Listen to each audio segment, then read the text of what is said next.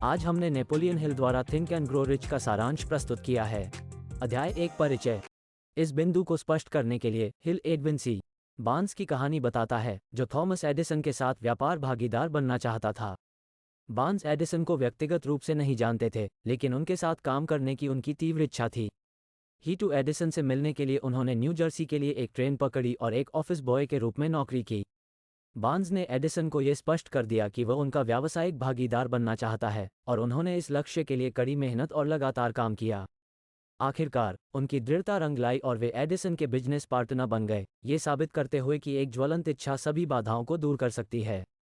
हिल इस बात पर जोर देते हैं कि पुस्तक जल्दी या आसानी से अमीर बनने की मार्गदर्शिका नहीं है, बल्कि किसी की मानसिकता को बदलने और सफलता के लिए आवश्यक आदतों और गुणों को विकसित करने के लिए एक मार्गदर्शिका है। परिचय शेष पुस्तक के लिए मंच तैयार करता है, जो सफलता के सिद्धांतों की पड़ताल करता है और अपने लक्ष्यों को प्राप्त करने के तरीके पर व्यवहारिक सलाह प्रदान करता है। अध्याय 2 इच्छा। थिंक एंड ग्रो रिच का अध्याय 2 सफलता प्राप्त करने में इच्छा के महत्व पर केंद्रित है। हिल का तर्क है कि इच्छा सभी उपलब्धि के लिए शुरुआती बिंदु है और किसी भी लक्ष्य को पूरा करने के लिए एक स्पष्ट, ज्वलनशील इच्छा आवश्यक है। वो अस्पष्ट इच्छा या आशा के बजाय एक विशिष्ट और निश्चित लक्ष्य के महत्व पर भी जोर देता है। हिल उन व्यक्तियों के कई उदाहरण प्रदान करता है जिन्होंने अपनी ज्वलंत इच्छा के माध्यम से बड़ी सफलता हासिल की, जिसमें हेनरी फोर्ड, जो एक गैसोलीन संचालित वाहन बनाने की इच्छा रखते थे, और एंड्रू कार्नेगी, जो दुनिया के इस्पात उद्योग को व्यवस्थित करना चाहते थे। हिल किसी की इच्छा को विकसित करने और मजबूत करने के बारे में व्यवहारिक सलाह भी प्रदान करता है, जैसे किसी के लक्ष्य को प्राप्त करने के लिए एक विशिष्ट योजना बनाना, अपनी उपलब्धि के लिए एक समय सीमा निर्धारित करना और स्वयं को पहले से ही वांछित परिणाम प्राप्त करने की कल्पना करना। हालांकि हिल ये भी चेतावनी देता है कि केवल इच्छा ही काफ़ी नहीं है और व्यक्ति को अपने लक्ष्य के प्रति लगातार कार्रवाई करनी चाहिए। उन्होंने नोट किया कि बहुत से लोगों की प्रबल इच्छाएं होती हैं, लेकिन कार्रवाई करने में विफल रहते हैं, और इस प्रकार वे अपने लक्ष्यों को प्राप्त नहीं कर पाते हैं।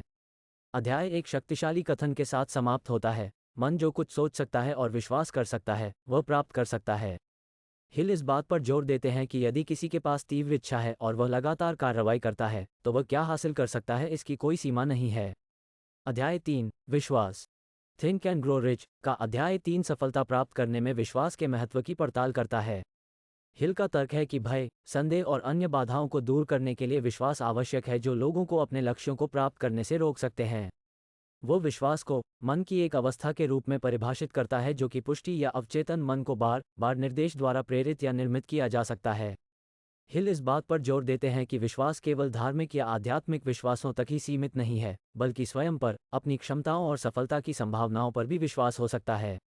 वो सफल व्यक्तियों के कई उदाहरण प्रदान करता है, जिन्हें खुद पर दृढ़ विश्वास था, जिनमें थॉमस एडिसन शामिल थे, जिनका मानना था कि वे बार बार विफल होने के बावजूद बिजली के प्रकाश बल्ब का आविष्कार कर सकते हैं, और हेनरी फोर्ड, जो मानते थे कि वे दूसरों से संदेह के बावजूद कारों का बड़े पैमाने पर उत्पादन कर सकते हैं। हिल स्वसूचना की अवधारणा पर भी चर्चा करते हैं, जिसमें स्वयं के विश्वास और विश्वास को मजबूत करने के लिए स्वयं के प्रति सकारात्मक प्रतिज्ञान को दोहराना शामिल है। उन्होंने कहा कि अवचेतन मन एक शक्तिशाली शक्ति है जिसे दोहराव और सकारात्मक सोच के माध्यम से प्रोग्राम किया जा सकता है। हालांकि हिल अंधविश्वास के खिलाफ भी चेतावनी देते हैं और पाठकों को अपने लक्ष्यों को प्राप्त करने के लिए तर्क और व्यवहारिक सोच का उपयोग करने की सलाह देते हैं। उन्होंने कहा कि केवल विश्वास ही काफ़ी नहीं है और सफलता प्राप्त करने के लिए कर्म और दृढ़ता आवश्यक है। अध्याय इस कथन के साथ समाप्त होता है कि विश्वास धन के सभी संचय का प्रारंभिक बिंदु है। अध्याय 4 स्व सुझाव।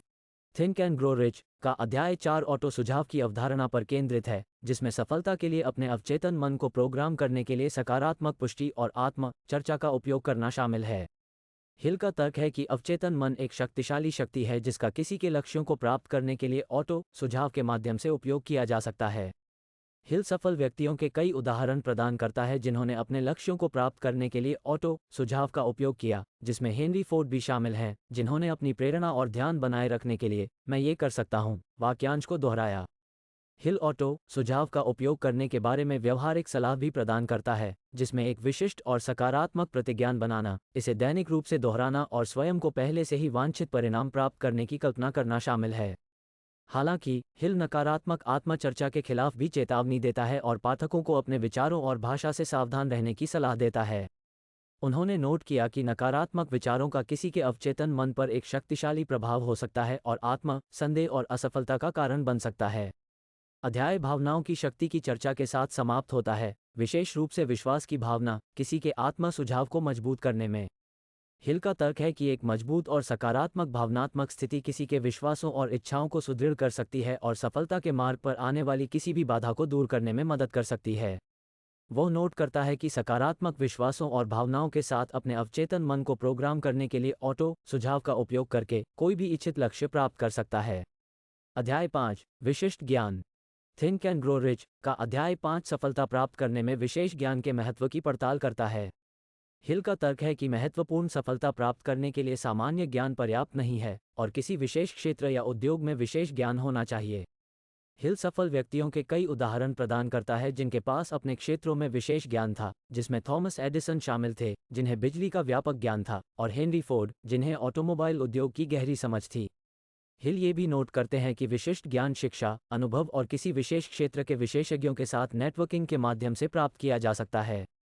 हालांकि हिल इस बात पर भी जोर देते हैं कि विशेष ज्ञान का अधिग्रहण अपने आप में पर्याप्त नहीं है और सफलता प्राप्त करने के लिए कार्रवाई और दृढ़ता आवश्यक है। उन्होंने नोट किया कि बहुत से लोगों के पास विशिष्ट ज्ञान होता है, लेकिन वे अपने लक्ष्यों की दिशा में कार्रवाई करने में विफल रहते हैं और इस प्रकार सफलता प्राप्त नहीं कर पाते हैं। अध्याय सफलता प्राप्त करने में टीम वर्क और सहयोग के महत्व की चर्चा के साथ समाप्त होता है। हिल का तर्क है कि कोई भी व्यक्ति अपने दम पर महत्वपूर्ण सफलता प्राप्त नहीं कर सकता है और विशेष ज्ञान रखने वाले अन्य लोगों के साथ सहयोग अकेले काम करने की तुलना में अधिक सफलता प्राप्त कर सकता है। कुल मिलाकर अध्याय 5 महत्वपूर्ण सफलता प्राप्त करने के लिए विशेष ज्ञान विकसित करने और अपने लक्ष्यों की दिशा में कार्रवाई करने के महत्व पर जोर देता है। अध्याय 6 कल्पना अध्याय 6 कल्पना थिंक एंड ग्रो रिच का अध्याय 6 सफलता प्राप्त करने में कल्पना की शक्ति पर केंद्रित है। हिल का तर्क है कि नए विचारों को बनाने और किसी के लक्ष्यों को देखने और प्राप्त करने में कल्पना एक महत्वपूर्ण कारक है। हिल नोट करते हैं कि कल्पना रचनात्मकता या कलात्मक प्रयासों तक ही सीमित नहीं है, बल्कि समस्याओं को हल करने और नए विचारों के साथ आने के व्यवहारिक तरीकों में भी इसका उपयोग किया जा सकता है। वो सफल व्यक्तियों के कई उदाहरण प्रदान करता है जिन्होंने थॉमस एडिसन समेत अपने लक्ष्यों को प्राप्त करने के लिए अपनी कल्पना का उपयोग किया, जिन्होंने इसे आविष्कार करने से पहले प्रकाश बल्ब के निर्माण की कल्पना की और कल्पना की। हिल नियंत्रित ध्यान की अवधारणा पर भी चर्चा करते हैं, जिसमें किसी की कल्पना को निर्देशित करना और एक विशिष्ट लक्ष्य की ओर ध्यान केंद्रित करना शामिल है। वो नोट करता है कि किसी के वांछित परिणाम की कल्पना और ध्यान केंद्रित करके अवचेतन मन को इसे प्राप्त करने के लिए प्रोग्राम किया जा सकता है। हालांकि हिल नकारात्मक कल्पना के खतरों से भी सावधान करता है, जैसे कि चिंता करना या असफलता का डर, क्योंकि यह अवचेतन मन को भी प्रोग्राम कर सकता है और आत्म संदेह और विफलता की ओर ले जा सकता है। अध्याय सफलता प्राप्त करने के लिए अपनी कल्पना का उपयोग करने में दृढ़ता के महत्व की चर्चा के साथ समाप्त होता है। हिल ने नोट किया कि कई महान विचार प्रारंभिक प्रतिरोध और संदेह के साथ मिलते हैं, लेकिन किसी के विचारों में दृढ़ता और विश्वास के साथ सफलता प्राप्त की जा सकती है। कुल मिलाकर अध्याय 6 नए विचारों को बनाने और अपने लक्ष्यों को देखने और प्राप्त करने में सफलता प्राप्त करने में कल्पना का उपयोग करने के महत्व पर जोर देता है। हिल पाठकों को अपनी कल्पना को सकारात्मक और नियंत्रित तरीके से उपयोग करने के लिए प्रोत्साहित करता है, साथ ही अपने विचारों में दृढ़ता और विश्वास के महत्व को भी पहचानता है। अध्याय 7 संगठित योजना थिंक एंड ग्रो रिच का अध्याय 7 सफलता प्राप्त करने में संगठित योजना के महत्व पर केंद्रित है। हिल का तर्क है कि सफलता संयोग या भाग्य से नहीं, बल्कि सावधानीपूर्वक योजना और निष्पादन से आती है। हिल संगठित योजना के लिए 6 चरणीय प्रक्रिया की रूपरेखा प्रस्तुत करता है। 1 निश्चित उद्देश्य किसी के वांछित परिणाम या लक्ष्य को स्पष्ट रूप से परिभाषित करें। 2 सटीक ज्ञान किसी के लक्ष्य के लिए प्रासंगिक जानकारी और ज्ञान इकट्ठा करें। 3 अच्छी तरह से परिभाषित योजना वांछित परिणाम प्राप्त करने के लिए चरण दर चरण कार्य योजना बनाएं। 4 निर्णायक कार्रवाई योजना के प्रति लगातार और निर्णायक कार्रवाई करें। 5 सतत विश्लेषण लक्ष्य की दिशा में प्रगति का लगातार मूल्यांकन करें और आवश्यकतानुसार योजना को समायोजित करें। 6 सहयोग लक्ष्य को प्राप्त करने के लिए दूसरों के साथ मिलकर काम करें, क्योंकि कोई भी व्यक्ति अकेले सफलता प्राप्त नहीं कर सकता है। हिल सफलता प्राप्त करने के लिए एक मास्टरमाइंड समूह या व्यक्तियों के एक समूह के होने के महत्व पर भी चर्चा करते हैं जो एक समान लक्ष्य की दिशा में एक साथ काम करते हैं। वो नोट करता है कि एक मास्टरमाइंड समूह किसी के लक्ष्यों की खोज में मूल्यवान प्रतिक्रिया, समर्थन और संसाधन प्रदान कर सकता है। इसके अलावा हिल किसी की योजनाओं को क्रियान्वित करने में दृढ़ता और दृढ़ संकल्प के महत्व पर बल देता है। वो नोट करता है कि झटके और असफलताएं अपरिहार्य हैं, लेकिन ये लगातार बने रहने और लक्ष्य की ओर बढ़ते रहने की क्षमता है जो सफल व्यक्तियों को असफल लोगों से अलग करती है। अध्याय संगठित योजना में विशेष ज्ञान और रचनात्मकता के महत्व की चर्चा के साथ समाप्त होता है। हिल नोट करते हैं कि रचनात्मकता के साथ विशेष ज्ञान को जोड़कर व्यक्ति नवीन समाधान बना सकते हैं और अधिक सफलता प्राप्त कर सकते हैं। कुल मिलाकर अध्याय 7 सफलता प्राप्त करने में संगठित योजना और निष्पादन के महत्व पर जोर देता है। हिल संगठित योजना के लिए एक स्पष्ट और व्यवहारिक 6 चरणीय प्रक्रिया प्रदान करता है, जबकि मास्टरमाइंड समूह दृढ़ता और रचनात्मकता के महत्व पर बल देता है। अध्याय 8 निर्णय। थिंक एंड ग्रो रिच का अध्याय 8 सफलता प्राप्त करने में निर्णय लेने के महत्व पर केंद्रित है। हिल का तर्क है कि सफल व्यक्ति निर्णायक होते हैं और महत्वपूर्ण निर्णय लेने में संकोच नहीं करते। हिल नोट करते हैं कि अनिर्णय अक्सर भय, संदेह और आत्मविश्वास की कमी के कारण होता है। वो सफल व्यक्तियों के कई उदाहरण प्रदान करता है जिन्होंने जल्दी और आत्मविश्वास से निर्णय लिए, जिनमें राष्ट्रपति अब्राहम लिंकन और business magnet John D Rockefeller शामिल हैं। इसके अलावा हिल आवेगपूर्ण या भावनात्मक निर्णय लेने के बजाय सटीक और पूर्ण जानकारी के आधार पर निर्णय लेने के महत्व पर बल देता है। वो महत्वपूर्ण निर्णय लेने से पहले पाठकों को जानकारी इकट्ठा करने और विशेषज्ञों की सलाह लेने के लिए प्रोत्साहित करता है। हिल निर्णय लेने में दृढ़ता की अवधारणा पर भी चर्चा करते हैं। उन्होंने कहा कि सफल व्यक्ति आसानी से अपने निर्णयों को नहीं छोड़ते हैं और अपने लक्ष्यों की खोज में जोखिम लेने और अस्थायी असफलताओं का सामना करने के लिए तैयार रहते हैं। इसके अतिरिक्त हिल निर्णय लेने में एक निश्चित उद्देश्य और एक स्पष्ट लक्ष्य होने के महत्व पर बल देता है। वो नोट करता है कि एक स्पष्ट लक्ष्य को ध्यान में रखते हुए व्यक्ति निर्णय ले सकते हैं जो उनके वांछित परिणाम के साथ संरेखित होते हैं। अध्याय निर्णय लेने में प्रतिबद्धता की शक्ति की चर्चा के साथ समाप्त होता है। हिल नोट करते हैं कि अपने निर्णयों के प्रति प्रतिबद्धता और उनके प्रति कार्रवाई करके व्यक्ति गति की भावना पैदा कर सकते हैं और अपने लक्ष्यों को प्राप्त करने में बाधाओं को दूर कर सकते हैं। कुल मिलाकर अध्याय 8 सफलता प्राप्त करने में आत्मविश्वास और सूचित निर्णय लेने के महत्व पर जोर देता है। हिल पाठकों को अनिर्णय और भय को दूर करने के लिए प्रोत्साहित करता है, जबकि दृढ़ता, स्पष्ट लक्ष्य और निर्णय लेने की प्रतिबद्धता के महत्व पर भी जोर देता है। अध्याय 9 दृढ़ता। थिंक एंड ग्रो रिच का अध्याय 9 सफलता प्राप्त करने में दृढ़ता के महत्व पर केंद्रित है। हिल का तर्क है कि दृढ़ता सफल व्यक्तियों का एक प्रमुख गुण है, क्योंकि वे विपरीत परिस्थितियों और असफलताओं का सामना करने के लिए तैयार रहते हैं। हिल नोट करते हैं कि कई व्यक्ति बाधाओं का सामना करने पर बहुत आसानी से हार मान लेते हैं, और ये दृढ़ता अक्सर सफल व्यक्तियों को असफल लोगों से अलग करती है। वो सफल व्यक्तियों के कई उदाहरण प्रदान करता है जो आविष्कारक थॉमस एडिसन और राष्ट्रपति अब्राहम लिंकन सहित महत्वपूर्ण बाधाओं के बावजूद बने रहे। इसके अलावा हिल एक निश्चित उद्देश्य और दृढ़ता में एक स्पष्ट लक्ष्य होने के महत्व पर जोर देती है। उन्होंने कहा कि मन में एक स्पष्ट लक्ष्य होने से व्यक्ति अस्थायी असफलताओं को दूर कर सकते हैं और अपने वांछित परिणाम के प्रति प्रेरित रह सकते हैं। हिल जलती हुई इच्छा या किसी के लक्ष्य को प्राप्त करने की तीव्र इच्छा की अवधारणा पर भी चर्चा करते हैं। वो नोट करता है कि एक ज्वलंत इच्छा वाले व्यक्ति अक्सर अधिक लगातार होते हैं और अपने लक्ष्यों की खोज में बाधाओं को दूर करने के लिए तैयार रहते हैं। इसके अतिरिक्त हिल दृढ़ता में एक सकारात्मक मानसिक दृष्टिकोण के महत्व पर बल देता है। उन्होंने कहा कि सकारात्मक दृष्टिकोण वाले व्यक्ति अक्सर अधिक लचीले होते हैं और असफलताओं और चुनौतियों से निपटने के लिए बेहतर ढंग से सुसज्जित होते हैं। अध्याय मास्टरमाइंड समूह के विकास में दृढ़ता के महत्व की चर्चा के साथ समाप्त होता है। हिल नोट करते हैं कि एक सामान्य लक्ष्य की दिशा में दूसरों के साथ काम करके व्यक्ति एक दूसरे को बहुमूल्य प्रतिक्रिया, समर्थन और संसाधन प्रदान कर सकते हैं और उनकी सफलता की संभावना बढ़ा सकते हैं। कुल मिलाकर अध्याय 9 सफलता प्राप्त करने में दृढ़ता के महत्व पर जोर देता है। मास्टरमाइंड समूह में दूसरों के साथ काम करने के महत्व पर बल देते हुए हिल पाठकों को एक ज्वलंत इच्छा, एक सकारात्मक मानसिक दृष्टिकोण और एक स्पष्ट लक्ष्य विकसित करने के लिए प्रोत्साहित करता है। अध्याय 10 मास्टरमाइंड की शक्ति। थिंक एंड ग्रो रिच का अध्याय 10 मास्टरमाइंड की अवधारणा पर केंद्रित है, जिसे हिल एक निश्चित उद्देश्य की प्राप्ति के लिए 2 या 2 से अधिक लोगों के बीच ज्ञान और प्रयास के समन्वय के रूप में परिभाषित करता है। हिल का तर्क है कि सफलता प्राप्त करने के लिए मास्टरमाइंड एक शक्तिशाली उपकरण है, क्योंकि यह व्यक्तियों को समान विचारधारा वाले व्यक्तियों के समूह के सामूहिक ज्ञान, कौशल और संसाधनों में टैप करने की अनुमति देता है। उन्होंने नोट किया कि हेनरी फोर्ड और एंड्रू कार्नेगी सहित कई सफल व्यक्तियों ने अपनी सफलता का श्रेय अपने मास्टरमाइंड समूहों की शक्ति को दिया। इसके अलावा हिल मास्टरमाइंड समूह के लिए सही व्यक्तियों के चयन के महत्व पर चर्चा करता है। उन्होंने कहा कि एक मास्टरमाइंड समूह में व्यक्तियों को सहायक, खुले विचारों वाला और एक सामान्य लक्ष्य के लिए अपने कौशल और ज्ञान का योगदान करने के लिए तैयार होना चाहिए। हिल मास्टरमाइंड समूह में प्रभावी संचार के महत्व पर भी जोर देते हैं।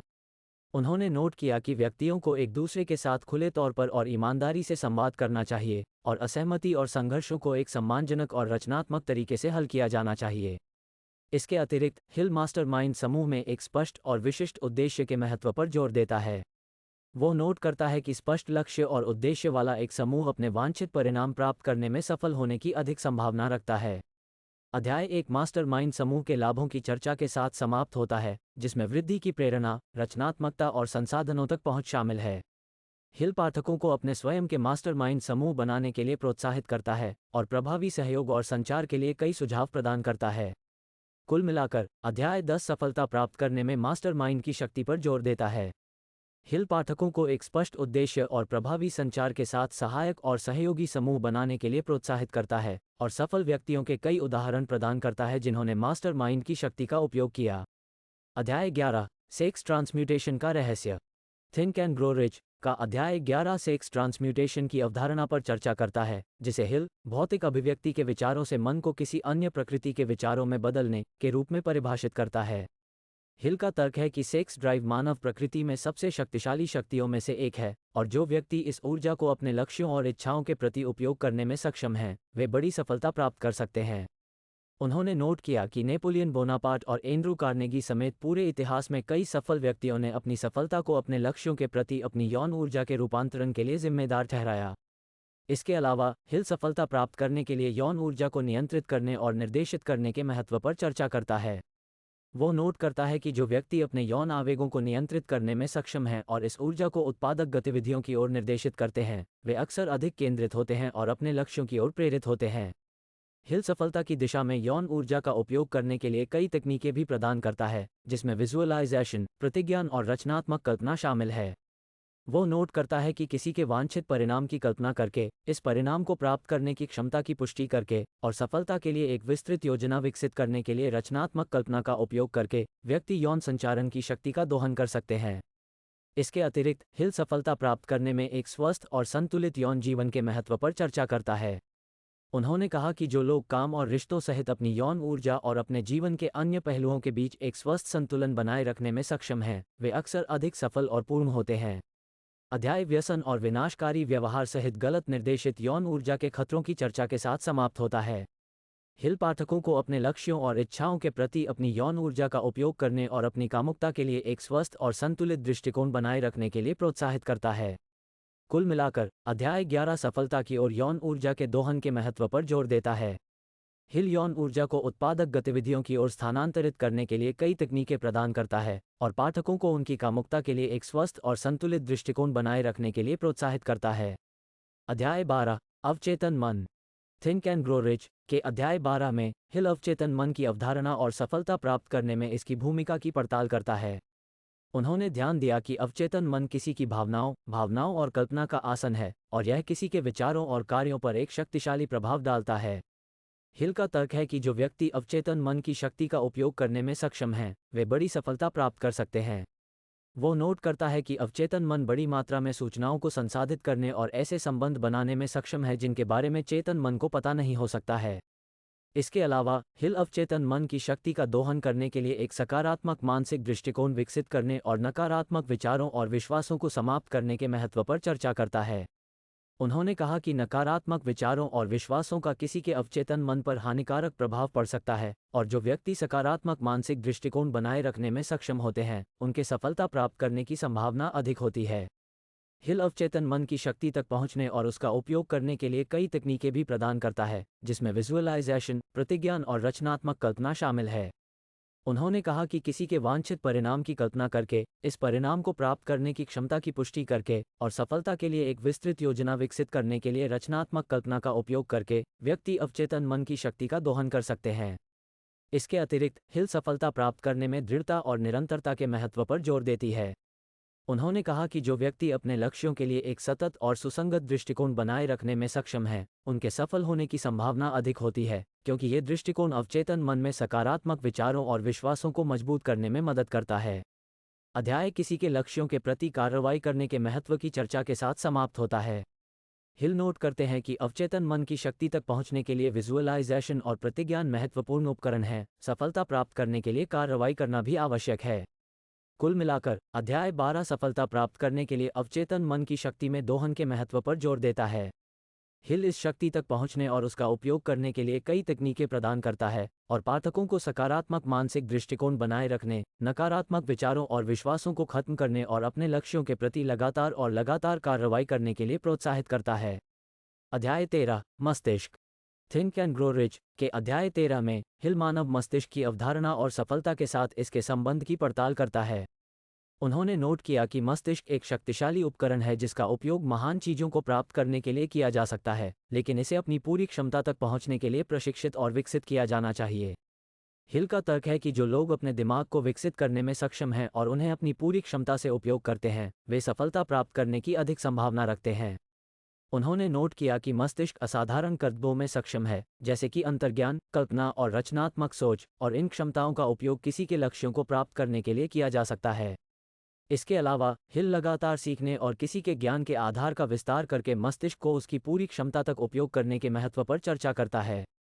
उन्होंने कहा कि जो व्यक्ति लगातार सीखने और अपने ज्ञान का विस्तार करने में सक्षम है, उनके सफलता प्राप्त करने की अधिक संभावना है, क्योंकि वे नई परिस्थितियों के अनुकूल होने और नवीन समाधानों के साथ आने में सक्षम हैं। हिल मस्तिष्क के विकास और प्रशिक्षण के लिए कई तकनीकें भी प्रदान करता है, जिसमें ऑटो सुझाव, सकारात्मक आत्म चर्चा और ध्यान शामिल हैं। वो नोट करता है कि इन तकनीकों का उपयोग करके व्यक्ति अपने दिमाग को सकारात्मक विचारों और विश्वासों पर ध्यान केंद्रित करने के लिए प्रशिक्षित कर सकते हैं और उन नकारात्मक विचारों और विश्वासों को समाप्त कर सकते हैं जो उन्हें वापस रोक सकते हैं। इसके अतिरिक्त हिल मस्तिष्क को और विकसित करने और प्रशिक्षित करने के लिए सकारात्मक और सहायक व्यक्तियों के साथ स्वयं को घेरने के महत्व पर जोर देता है। वो नोट करता है कि जिस कंपनी को आप रखते हैं उसका किसी के विचारों और विश्वासों पर एक शक्तिशाली प्रभाव हो सकता है, और यह कि अपने आप को ऐसे व्यक्तियों से घेरना महत्वपूर्ण है जो अपने लक्ष्यों और मूल्यों को साझा करते हैं। अध्याय किसी के लक्ष्यों के प्रति कार्रवाई करने के महत्व की चर्चा के साथ समाप्त होता है। हिल नोट करते हैं कि मस्तिष्क का प्रशिक्षण और विकास महत्वपूर्ण है, लेकिन सफलता प्राप्त करने के लिए कार्रवाई करना आवश्यक है। कुल मिलाकर अध्याय 13 सफलता प्राप्त करने के लिए मस्तिष्क के विकास और प्रशिक्षण के महत्व पर जोर देता है। हिल ऐसा करने के लिए कई तकनीकें प्रदान करता है और पाठकों को लगातार सीखने और अपने ज्ञान के आधार का विस्तार करने, खुद को सकारात्मक व्यक्तियों के साथ घेरने और अपने लक्ष्यों की दिशा में कार्रवाई करने के लिए प्रोत्साहित करता है। अध्याय 14 छठी इंद्री। थिंक एंड ग्रो रिच के अध्याय 14 में हिल छठी इंद्रिय की अवधारणा की पड़ताल करता है, एक रहस्यमय शक्ति जो व्यक्तियों को अपने अंतर्ज्ञान में टैप करने और निर्णय लेने की अनुमति देती है जिससे सफलता मिल सकती है। हिल नोट करते हैं कि छठी इंद्री को अक्सर आभास या एक भावना के रूप में वर्णित किया जाता है जो व्यक्तियों को एक निश्चित कार्यप्रणाली की ओर निर्देशित करता है। उनका तर्क है कि छठवीं इंद्रिय एक वास्तविक शक्ति है जिसे सफलता प्राप्त करने के लिए विकसित और उपयोग किया जा सकता है। इसके अलावा हिल उन व्यक्तियों के कई उदाहरण प्रदान करता है जिन्होंने थॉमस एडिसन और हेनरी फोर्ड सहित बड़ी सफलता प्राप्त करने के लिए अपनी छठी इंद्रिय का उपयोग किया है। उन्होंने नोट किया कि ये व्यक्ति अपने अंतर्ज्ञान में टैप करने और निर्णय लेने में सक्षम थे जो अंततः उनकी सफलता का कारण बने। हिल छठी इंद्री का दोहन करने के लिए खुले दिमाग के महत्व पर भी चर्चा करता है। वो नोट करता है कि जो व्यक्ति नए विचारों और अनुभवों के लिए बंद हैं, उनके अंतर्ज्ञान को विकसित करने और अपने लाभ के लिए अपनी छठी इंद्रिय का उपयोग करने की संभावना कम होती है। इसके अतिरिक्त हिल ध्यान, सकारात्मक आत्मा चर्चा और विजुअलाइजेशन सहित छठी इंद्रिय के विकास और दोहन के लिए कई तकनीकें प्रदान करता है। उन्होंने नोट किया कि इन तकनीकों का उपयोग करके व्यक्ति अपने अंतर्ज्ञान में टैप कर सकते हैं और निर्णय ले सकते हैं जो उनके लक्ष्यों और मूल्यों के अनुरूप हैं। अध्याय का अंत किसी के लक्ष्यों के प्रति कार्रवाई करने के महत्व की चर्चा के साथ होता है, भले ही आगे का रास्ता पूरी तरह से स्पष्ट न हो। हिल नोट करते हैं कि जो व्यक्ति अपने अंतर्ज्ञान का उपयोग करने में सक्षम होते हैं और साहसिक, निर्णायक कार्रवाई करते हैं, उनके सफलता प्राप्त करने की संभावना अधिक होती है।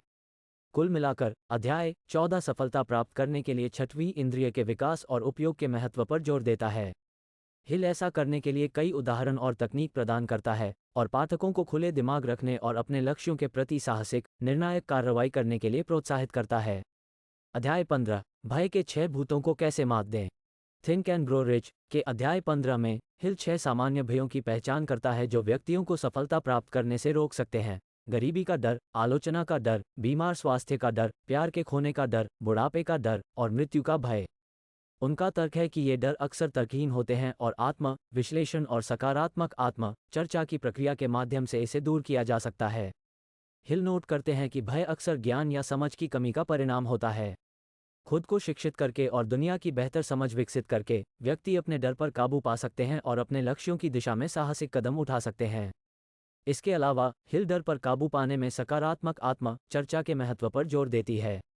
उन्होंने नोट किया कि जो व्यक्ति लगातार खुद को बताते हैं कि वे अपने लक्ष्यों को प्राप्त करने में सक्षम हैं, वे अपने डर पर काबू पाने और सफलता की दिशा में कार्रवाई करने की अधिक संभावना रखते हैं। इसके अलावा हिल डर पर काबू पाने के लिए कई तकनीकें प्रदान करता है, जिसमें विजुअलाइजेशन, लक्ष्य निर्धारण और दूसरों की सलाह और समर्थन प्राप्त करना शामिल है। वो नोट करता है कि अपने लक्ष्यों की ओर लगातार वृद्धिशील कदम उठाकर व्यक्ति धीरे धीरे अपने डर पर काबू पा सकते हैं और सफलता प्राप्त कर सकते हैं। अध्याय भय के सामने दृढ़ता के महत्व की चर्चा के साथ समाप्त होता है। हिल नोट करते हैं कि डर पर काबू पाने और सफलता प्राप्त करने के लिए अक्सर दृढ़ता और जोखिम लेने की इच्छा और किसी के डर का सामना करने की इच्छा की आवश्यकता होती है। कुल मिलाकर अध्याय 15 सामान्य भय की पहचान करने और उस पर काबू पाने के महत्व पर जोर देता है, जो व्यक्तियों को सफलता प्राप्त करने से रोक सकता है। हिल ऐसा करने के लिए कई तकनीकें प्रदान करता है और पाठकों को दुनिया की एक बड़ी समझ विकसित करने और अपने लक्ष्यों की दिशा में लगातार कार्रवाई करने के लिए प्रोत्साहित करता है। निष्कर्ष। अंत में नेपोलियन हिल द्वारा थिंक एंड ग्रो रिच एक कालातीत क्लासिक है जो दुनिया भर के लोगों को प्रेरित करता है। पुस्तक सफलता के लिए एक व्यापक मार्गदर्शिका प्रदान करती है, जो विभिन्न उद्योगों के सफल लोगों के साथ व्यापक शोध और साक्षात्कार द्वारा समर्थित है। पुस्तक सफलता प्राप्त करने के लिए एक स्पष्ट लक्ष्य, एक ज्वलंत इच्छा और एक सकारात्मक मानसिक दृष्टिकोण के महत्व पर जोर देती है। हिल किसी के लक्ष्यों को प्राप्त करने में दृढ़ता, रचनात्मकता और नेतृत्व कौशल के महत्व पर भी चर्चा करता है। पुस्तक से सबसे महत्वपूर्ण सीखों में से एक है मन की शक्ति और अपने विचारों को नियंत्रित करने का महत्व। हिल का तर्क है कि व्यक्ति स्वयं पर और अपनी क्षमताओं पर विश्वास करके, अपने लक्ष्यों की कल्पना करके और उनके प्रति निरंतर कार्रवाई करके कुछ भी प्राप्त कर सकता है। कुल मिलाकर थिंक एंड ग्रो रिच जीवन के सभी क्षेत्रों में सफलता कैसे प्राप्त करें, इस पर व्यवहारिक सलाह और कालातीत ज्ञान प्रदान करता है। अपनी मानसिकता में सुधार करने, अपने लक्ष्यों को प्राप्त करने और एक पूर्ण जीवन जीने की चाह रखने वाले प्रत्येक व्यक्ति के लिए इसे अवश्य पढ़ना चाहिए। अंत में नेपोलियन हिल द्वारा थिंक एंड ग्रो रिच एक कालातीत क्लासिक है जो दुनिया भर के लोगों को प्रेरित करता है। पुस्तक सफलता के लिए एक व्यापक मार्गदर्शिका प्रदान करती है, जो विभिन्न उद्योगों के सफल लोगों के साथ व्यापक शोध और साक्षात्कार द्वारा समर्थित है। पुस्तक सफलता प्राप्त करने के लिए एक स्पष्ट लक्ष्य, एक ज्वलंत इच्छा और एक सकारात्मक मानसिक दृष्टिकोण के महत्व पर जोर देती है। हिल किसी के लक्ष्यों को प्राप्त करने में दृढ़ता, रचनात्मकता और नेतृत्व कौशल के महत्व पर भी चर्चा करता है। पुस्तक से सबसे महत्वपूर्ण सीखों में से एक है मन की शक्ति और अपने विचारों को नियंत्रित करने का महत्व। हिल का तर्क है कि व्यक्ति स्वयं पर और अपनी क्षमताओं पर विश्वास करके, अपने लक्ष्यों की कल्पना करके और उनके प्रति निरंतर कार्रवाई करके कुछ भी प्राप्त कर सकता है। कुल मिलाकर थिंक एंड ग्रो रिच जीवन के सभी क्षेत्रों में सफलता कैसे प्राप्त करें, इस पर व्यवहारिक सलाह और कालातीत ज्ञान प्रदान करता है। अपनी मानसिकता में सुधार करने, अपने लक्ष्यों को प्राप्त करने और एक पूर्ण जीवन जीने की चाह रखने वाले प्रत्येक व्यक्ति के लिए इसे अवश्य पढ़ना चाहिए।